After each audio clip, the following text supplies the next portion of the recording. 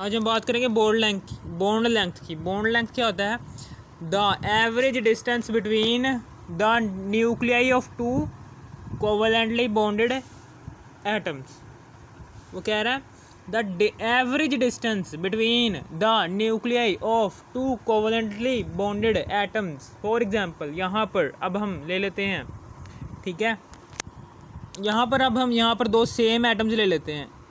ये है जी एक क्लोरीन का एटम और इसके साथ ही इधर करके एक कार्बन का एटम है। ये दोनों के दोनों क्लोरीन के एटम्स हैं, ठीक है ना। ये भी क्लोरीन का एटम है, ये भी क्लोरीन का एटम है। ये दोनों के दोनों सेम एटम्स हैं। इन दोनों के दोनों सेम एटम्स के बिल्कुल दरमियान में दो सेम न्यूक्लियाई हैं। इन दो सेम न्यूक्लियाई के दरमियानी डिस्टेंस को हम क्या कहते हैं? इसको हम कहते हैं बॉन्ड लेंथ। ये वाली बात लिखी हुई है, ठीक है ना। कोवलेंटली बॉन्डेड एटम्स, ये कोवलेंट बॉन्ड बनाया हुआ है इन्होंने। कोवलेंट बॉन्ड में क्या होता है कि इलेक्ट्रॉन्स की शेयरिंग की वजह से बनने वाले बॉन्ड को कहते हैं कोवलेंट बॉन्ड। और कोवलेंटली बॉन्डेड एटम्स में, ठीक है ना, कोवलेंटली बॉन्डेड एटम्स हैं। अब हम यहाँ पर उसके बाद यहाँ पर लिखना जा रहे हैं, हम ऊपर की बात लिखनी जा रही है। The average distance between the nuclei, the average distance between the nuclei of two covalently bonded atoms. The average distance between the nuclei, the average distance between the nuclei of two covalently bonded atoms, ठीक है ना। दो covalently bonded atoms हैं, ठीक है ना। इन दोनों covalently bonded atoms के बिल्कुल दरमियान में दो सेम न्यूक्लियाई एग्जिस्ट कर रहे हैं। दो सेम न्यूक्लियाई के दरमियानी डिस्टेंस को कहते हैं हम बॉन्ड लेंथ। ये क्या है? Bond length. अब फिर उसके बाद आगे है जी इसका यूनिट, ठीक है ना। बॉन्ड लेंथ का यूनिट है जी पिकोमीटर, आंगस्टन और नैनोमीटर। पिकोमीटर हम किसे कहते हैं? पिकोमीटर जो उनसे पिकोमीटर की वैल्यू होती है जी 10⁻⁻12 मीटर। इसका बॉन्ड लेंथ का कोई एक और यूनिट होता है, वो है जी आंगस्टन। आंगस्टन की वैल्यू होती है 10⁻⁻10 मीटर। इसी तरीके से नैनोमीटर की बात है जी, नैनोमीटर की वैल्यू होती है 10⁻⁹ मीटर, ठीक है ना। ये है जी हमारे प्रीफिक्सेस हैं, पिको, नैनो और आंगस्टन। ये प्रीफिक्स की वैल्यूज़ हैं ये, ठीक है ना। ये सारे के सारे क्या हैं? ये सारे के सारे यूनिट्स हैं बॉन्ड लेंथ के। बॉन्ड लेंथ को अगर मेजर करते हैं ना तो इन ही यूनिट्स में करते हैं। फिर उसके बाद आ गया जी इसकी एग्जांपल्स में the bond length of chlorine is 198, ठीक है ना। यानी कि अगर आप दो सेम क्लोरीन के एटम्स लो, दो सेम क्लोरीन के एटम्स आपस में कोवलेंटली बॉन्ड के ज़रिए से जुड़े हुए हों, इनके दो सेम न्यूक्लियाई के दरमियानी डिस्टेंस जो सा होगा वो होगा जी 198। मेरे कहने का मतलब क्या है? दो क्लोरीन, ये एग्जांपल्स है, आगे एग्जांपल्स है जी क्लोरीन एटम की और कार्बन एटम की, ठीक है ना। अगर आप यहाँ पर दो क्लोरीन के एटम्स लो, एक ये वाला क्लोरीन ले लिया और दूसरा वाला ये ले लिया, ठीक है ना, ये ले लिया, ठीक है ना। ये दो क्लोरीन के एटम्स ले लिए यहाँ पर, ठीक है ना। ये क्लोरीन का एटम है और ये क्लोरीन का एटम है। इन दो क्लोरीन एटम्स के अंदर दो सेम न्यूक्लियाई एग्जिस्ट कर रहे हैं। इन दो सेम न्यूक्लियाई के दरमियानी डिस्टेंस जोन सा होगा वो होगा जी 198 पिकोमीटर, ठीक है ना। फिर इसी तरीके से आगे की बात करने जा रहा हूँ मैं। अगर आप दो कार्बन एटम्स ले लो, इन दो कार्बन एटम्स के दरमियान दो सेम न्यूक्लियाई हैं। इन दो सेम न्यूक्लियाई के दरमियानी डिस्टेंस लोगे तो वो होगा जी 154 पिकोमीटर, ठीक है ना। समझ आ गई आपको? ये है इसकी एग्जांपल है, ठीक है ना। इसी तरीके से इसकी मेजरमेंट, अगर आपने बॉन्ड लेंथ मेजर करनी है दो कोवलेंटली बॉन्डेड एटम्स के दो न्यूक्लियाई के दरमियान नी डिस्टेंस को अगर आपने फाइंड आउट करना है तो उसकी मेजरमेंट किन मेथड से कर सकते हैं? सबसे पहला मेथड है जी x-ray diffraction method. X-ray diffraction method जो सा होता है, इसमें ब्रैग्स इक्वेशन का यूज़ करके आप क्या करते हो? बॉन्ड लेंथ को मेजर कर सकते हो। यानी कि अगर आपने 11th क्लास की फ़िज़िक्स में कोई 11th क्लास में की फ़िज़िक्स में पढ़ा होगा कि जिसमें हम आयनिक सॉलिड लेते हैं, आयनिक सॉलिड के ऊपर एक्स रेज डालते हैं, ठीक है ना, और फिर उसके बाद डाइफ्रैक्शन मालूम करते हैं उन एक्स रेज की जब वो आयनिक सॉलिड से टकराई। जब एक्स रेज आयनिक सॉलिड से टकराई तो कितनी वो डाइफ्रैक्ट हुई, ठीक है ना, उसका एंगल ऑफ रिफ्लेक्शन क्या था, उसका एंगल ऑफ इंसिडेंस क्या था, वो सब कुछ हम मेजर करते हैं एक्स रेज का, ठीक है ना, जब वो आयनिक सॉलिड से टकराई ये, ठीक है ना। और फिर उसको ब्रैग्स इक्वेशन में दर्ज करते हैं और ब्रैग्स इक्वेशन सारा कुछ हमें मालूमात दे देती है। बस आपने ये याद रखना है कि ये ब्रैग्स इक्वेशन जैसा ही है एक्स रेज डाइफ्रैक्शन मेथड, ठीक है ना, जिसमें हम ब्रैग्स इक्वेशन का यूज़ करते हैं और बॉन्ड लेंथ फाइंड आउट करते हैं। इसी तरीके से स्पेक्ट्रोस्कोपी के ज़रिए से भी हम फाइंड आउट कर सकते हैं, स्पेक्ट्रोस्कोपी, ठीक है ना, स्पेक्ट्रोस्कोपी आपने पढ़ा होगा। फिर उसके बाद आगे जी इसकी डिपेंडेंस है, bond length is depend on electromagnetic. अब उसके बाद डिपेंडेंस, बॉन्ड लेंथ जो सी है किन किन चीज़ों के ऊपर डिपेंड करती है। सबसे पहले तो बॉन्ड लेंथ जो सी होती है डिपेंड कर रही होती है इलेक्ट्रोनेगेटिविटी डिफरेंस के ऊपर बिटवीन टू एटम्स, यानी कि दो एटम्स के दरमियान कितना इलेक्ट्रोनेगेटिविटी डिफरेंस है। दो एटम्स के दरमियान जितना ज़्यादा इलेक्ट्रोनेगेटिविटी डिफरेंस होगा, ठीक है ना, उतनी बॉन्ड लेंथ कम होगी। और अगर दो एटम्स के दरमियान जितना कम इलेक्ट्रोनेगेटिविटी डिफरेंस होगा उतनी ज़्यादा उन दो एटम्स, ठीक है ना, उन दो एटम्स के न्यूक्लियस के दरमियान फासला कम होगा, यानी कि बॉन्ड लेंथ ज़्यादा होगी, सॉरी। इलेक्ट्रोनेगेटिविटी डिफरेंस जितना ज़्यादा होगा ना, ये सिंपल सी बात याद रखनी, जितना ज़्यादा इलेक्ट्रोनेगेटिविटी डिफरेंस होगा उतनी कम बॉन्ड लेंथ होगी, और जितना कम इलेक्ट्रोनेगेटिविटी डिफरेंस होगा उतनी ज़्यादा बॉन्ड लेंथ होगी, ठीक है ना। यानी कि electronegativity difference is inversely proportional to the bond length. फिर आ गया जी number of bonds between two atoms, इसके ऊपर भी डिपेंड करती है, ठीक है ना, यानी कि relationship between bond length and covalently radius. Dependence है जी, बॉन्ड लेंथ इन चीज़ों पर डिपेंड करती है, परसेंटेज ऑफ एस कैरेक्टर पर भी डिपेंड करती है बॉन्ड लेंथ, इसी तरीके से number of bonds between two atoms पर भी डिपेंड करती है ये, और इसी तरीके से बॉन्ड लेंथ जो सी होती है डिपेंड कर रही होती है इलेक्ट्रोनेगेटिविटी डिफरेंस के ऊपर। अब उसके बाद ये एक और हेडिंग लेनी है कि रिलेशनशिप बताओ बॉन्ड लेंथ का और कोवेलेंट रेडियस का। कोवेलेंट रेडियस क्या होता है और बॉन्ड लेंथ क्या होती है, ठीक है ना। फॉर एग्जांपल कोवेलेंट रेडियस ये होता है, फॉर एग्जांपल ये देखें, ये दो क्लोरीन के एटम्स हैं, ये दो क्लोरीन के एटम्स इस तरीके से आपस में जुड़े हुए हैं, ठीक है ना, कोवेलेंटली बॉन्डेड दो क्लोरीन के एटम्स लेने हैं, ठीक है ना, इनके दरमियान दो सेम न्यूक्लियाई एग्जिस्ट कर रहे हैं, इन दो सेम न्यूक्लियाई के दरमियानी डिस्टेंस को कहते हैं बॉन्ड लेंथ। और अगर यहाँ पर हम एक एटम के न्यूक्लियस का फासला देखें उसके वैलेंस शेल से, इसको कहते हैं हम कोवेलेंट रेडियस, इसको हम क्या कहते हैं, कोवेलेंट रेडियस, इसको हम कहते हैं कोवेलेंट रेडियस, ठीक है, इसको हम क्या कहते हैं, कोवेलेंट रेडियस,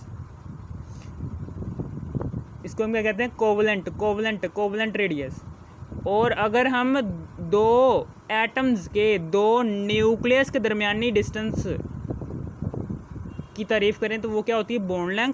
और अगर हम एक एटम को लें और उसका न्यूक्लियस, एक एटम लें, उस एटम के न्यूक्लियस, उस एटम के दरमियान में न्यूक्लियस एग्जिस्ट करता है, उस न्यूक्लियस का फासला लें उसी एटम के वैलेंस शेल तक, तो वो क्या होगा, उसी एटम का कोवेलेंट रेडियस कहलाएगा, ठीक है ना, समझ आ गई।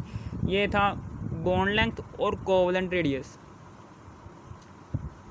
वो कह रहा है कि अगर हम एक क्लोरीन एटम लें, ये लो जी क्लोरीन एटम ले लिया, और एक कार्बन एटम लें, ठीक है ना।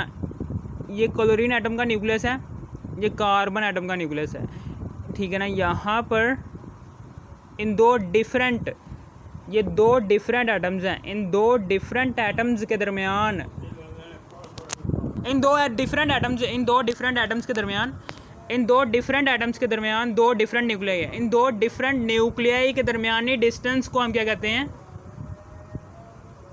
बॉन्ड लेंथ, ठीक है ना। समझ आ गई।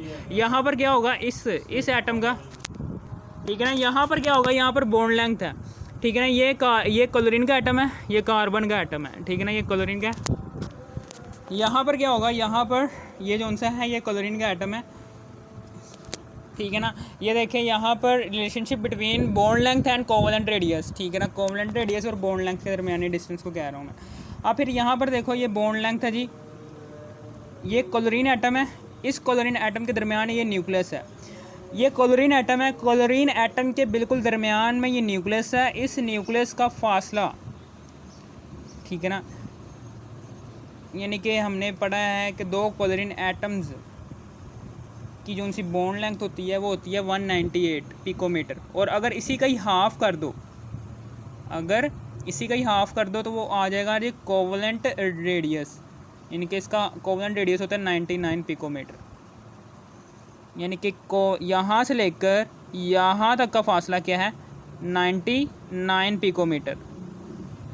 इसी तरीके से कार्बन एटम का कोवलेंट रेडियस यानी कि यहाँ से लेकर यहाँ तक का फासला वो कितना है? 77 picometre.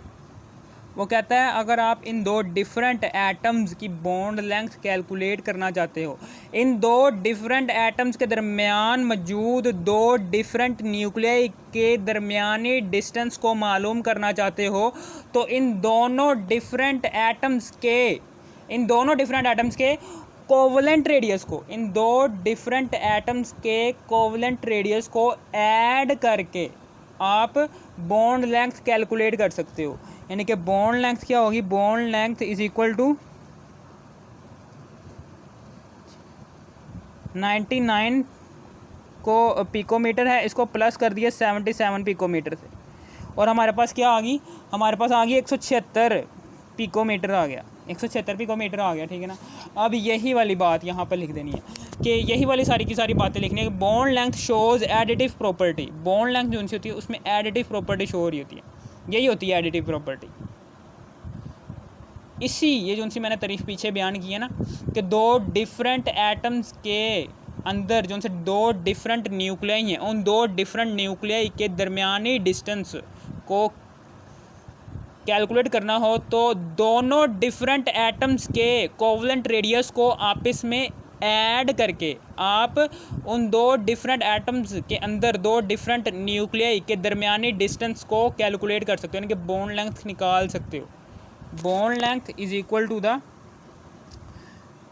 Covalent radius of two different atoms, ठीक है ना। यही वाली बात यहाँ पर लिख देनी है कि bond length shows additive property such as covalent radius of chlorine atom is 99 picometre and covalent, यानी कि bond length shows additive property.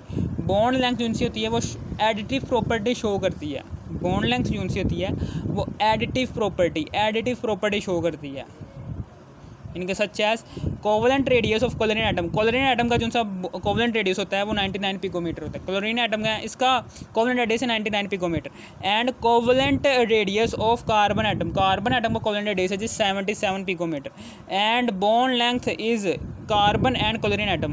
Carbon की और क्लोरीन एटम के दरमियान जो सा फासला होता है वो होता है जी, कैसे निकालेंगे? 99 में प्लस कर देंगे 77, 176 पिकोमीटर आ गया, ठीक है ना। समझ आ गई? 176 पिकोमीटर ये इसका कोवलेंट रेडियस क्या कह रहा हूँ, इसकी बॉन्ड लेंथ आ गई, ठीक है ना। So it is additive property are not always work. ये जो सी एडिटिव प्रॉपर्टी है कि जिसमें हम बॉन्ड लेंथ निकालते हैं, दो डिफरेंट न्यूक्लियाई